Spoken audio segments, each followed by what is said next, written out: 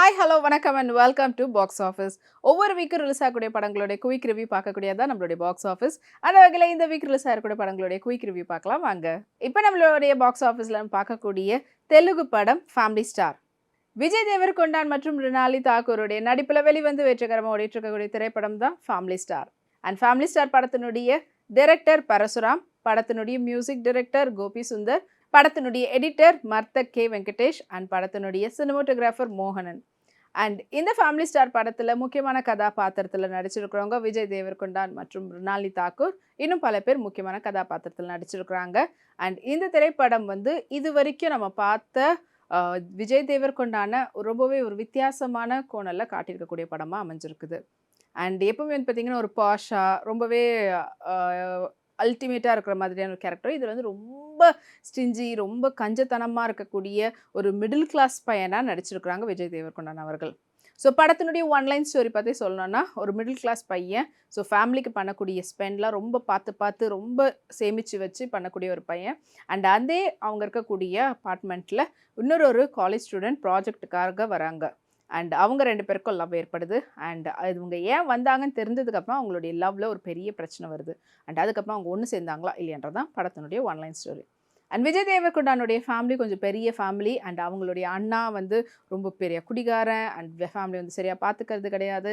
And நிறைய members இருக்கிறதுனால இவருடைய சம்பளத்தில் தான் எல்லாமே நடக்குதுன்றதுனால எல்லாத்தையும் பார்த்து செய்யக்கூடிய ஒரு கேரக்டர். ஸோ எதையும் வீண் செலவு பண்ணிடக்கூடாது, தேவைனா மட்டும் தான் பண்ணணும். ஸோ ஒரு பக்கம் எல்லாரும் இவனை கஞ்சூஸ் அப்படின்னு சொல்கிற விதமான ஒரு கேரக்டர்னு கூட சொல்லலாம். சரியான கஞ்சபிஸ் நிறையா இருக்கிறான்ப்பா அப்படின்ட்டு.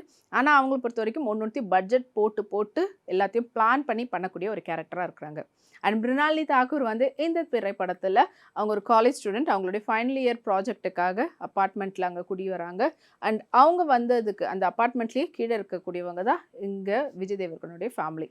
அண்ட் விஜய் தேவர்கொண்டான் கிட்ட அவங்க ஃபேமிலி என்னெல்லாம் கேட்குறாங்களோ அதெல்லாம் கிடைக்காதுன்னு தெரிஞ்சதுக்கப்புறமா இதெல்லாம் பார்த்துட்டு இருக்கக்கூடிய மிருனால் தாக்கூர் அவங்கள இந்த மாதிரி படத்துக்கு கூட்டிகிட்டு போகிறதா இருக்கட்டும், வெளியில் அவுட்டிங் போகிறதா இருக்கட்டும், ஸோ அவங்க என்னெல்லாம் எதிர்பார்க்குறாங்க, என்னெல்லாம் பண்ணணும் கேட்குறாங்களோ அதெல்லாம் நடக்கலையோ அதெல்லாம் இவங்க கூட்டிகிட்டு போகிறாங்க. ஸோ கூட்டிகிட்டு போனதுக்கப்புறம் ஃபேமிலியோட கொஞ்சம் அட்டாச்சாக ஆகுறாங்க. ஃபேமிலி மெம்பர்ஸ்க்கும் எல்லாருக்கும் இவங்களை பிடிக்க ஆரம்பிக்குது. அண்ட் ஈவன் மிருனால் தாக்கூர் அவங்களுக்கும் பார்த்தீங்கன்னா விஜய் தேவர்கொண்டான் மேலே ஒரு சின்ன அஃபெக்ஷன் வருது. அண்ட் அதே போல் அவங்களுக்கும் வயசு பஸ்ஸாக வருது. ஆனால் 2 பேரும் அது லவ்வா அப்படின்னு சொல்லிக்காமையே 2 பேரும் தனியாகவே அப்படி இருக்கிறாங்க, வச்சுட்ருக்காங்க அவங்களுக்குள்ளவே. அண்ட் ஒரு ஸ்டேஜில் இவங்க ஏன் இந்த அப்பார்ட்மெண்ட்டுக்கு வந்தாங்க அப்படின்ற விஷயம் விஜய் தேவர்கொண்டானுக்கு தெரிய வருது.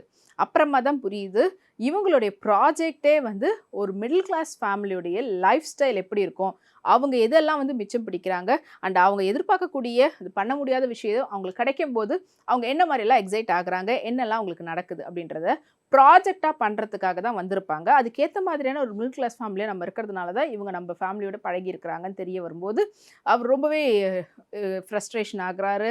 அண்ட் இப்படிப்பட்ட ஒரு கேரக்டர் உள்ள பொண்ணா அப்படின்ற மாதிரியெல்லாம் பிரச்சனை வருது. அப்புறம் லவ் 2 பேர் சொல்லிக்காமையே அவங்க பெரியக்கூடிய ஸ்டேஜ் வருது. அண்ட் அதுக்கப்புறமா அவங்களுடைய அந்த பிரச்சனையெல்லாம் தீர்ந்து அவங்க 2 பேரும் ஒன்று சேர்ந்தாங்களா இல்லையான்றதான் படத்தினுடைய மீதி கதை. அந்த விஜய் தேவர்கொண்டான் அவர்களுடைய ப்ரீவியஸ் மூவி குஷி அதனுடைய பேட்டர்ன் கூட சொல்லலாம் இந்த திரைப்படம். ஏன்னா ஸ்க்ரீன் பிளே அந்த படத்தினுடைய மூவிங் எப்படி இருக்குமோ அதே மாதிரி தான் ஒரு ஸ்லோ மூவிங் அந்த மாதிரியான பேட்டர்னில் இந்த படத்தை கொண்டு போயிருப்பாங்க. அண்ட் இது மட்டும் இல்லாமல் விஜய் தேவர்கொண்டான் அவர்களுடைய கேரக்டர் எப்பவுமே எடுத்ததும் அடிக்கிறது பிடிக்கிறது அப்படியெல்லாம் இருக்கக்கூடிய கேரக்டராக தான் இதுக்கு முன்னெல்லாம் பார்த்துருப்போம். இதில் ரொம்பவே ஒரு சாதுவான பையன், ரொம்பவே பார்த்து நிதானமாக யோசித்து பண்ணக்கூடிய ஒரு கேரக்டராக அமைச்சிருக்கிறாங்க. அண்ட் படத்தினுடைய மியூசிக் டைரக்டர் கோபி சுந்தர் அவர்களுடைய இசை அஃப்கோர்ஸ் இந்த படத்துக்கு ஒரு பெரிய ப்ளஸ் பாயிண்ட். இந்த படத்தினுடைய பிஜிஎம்மாக இருக்கட்டும் இல்லைன்னா படத்தினுடைய பாடல்கள் எல்லாமே அவருடைய இசையில் அல்டிமேட்டாக அமைஞ்சிருக்குது. பரசுராம் இந்த படத்தை ரொம்ப ஆல்ரெடி பரசுராமுடைய டைரக்ஷனில் நடிச்சிருக்கிறாங்க விஜய் தேவர்கொண்டான். அதுக்கேற்ற மாதிரியான ஒரு பாண்ட் இந்த படத்துலேயும் அவங்க 2 பேருக்குள்ளே இருக்குது. அண்ட் அவருக்கு ஏற்ற மாதிரியான கதைக்களமும் அஃப்கோர்ஸ் தெலுங்கு ஆடியன்ஸு எல்லாரையும் அட்ராக்ட் பண்ணுற விதத்துலையும் ஒரு ஃபேமிலி சப்ஜெக்டான ஒரு படமாக அமைஞ்சிருக்குது. அண்ட் மிருனால் தாக்கூர் அவங்களுடைய ஆக்டிங் பெர்ஃபார்மன்ஸும் இந்த படத்துக்கு அவங்க ஒவ்வொரு படத்துலையும் எக்ஸ்ட்ராவாக அடுத்தடுத்த கட்டத்துக்கு போயிட்டுருக்குறாங்க. அதே போல் இந்த படத்துலையும் அவங்களுடைய பெர்ஃபார்மன்ஸ் ரொம்பவே நல்லா அமைஞ்சிருக்குது. மொத்தத்தில் விஜய் தேவர்கொண்டானுடைய லவ் அண்ட் ஃபேமிலி பாண்டிங்கை பற்றி பார்க்கணும் அப்படின்னு நினைக்கிறவங்க இந்த வீக்கெண்ட் இந்த திரைப்படத்தை தியேட்டரில் போய் பார்த்து என்ஜாய் பண்ணுங்கள். Family star.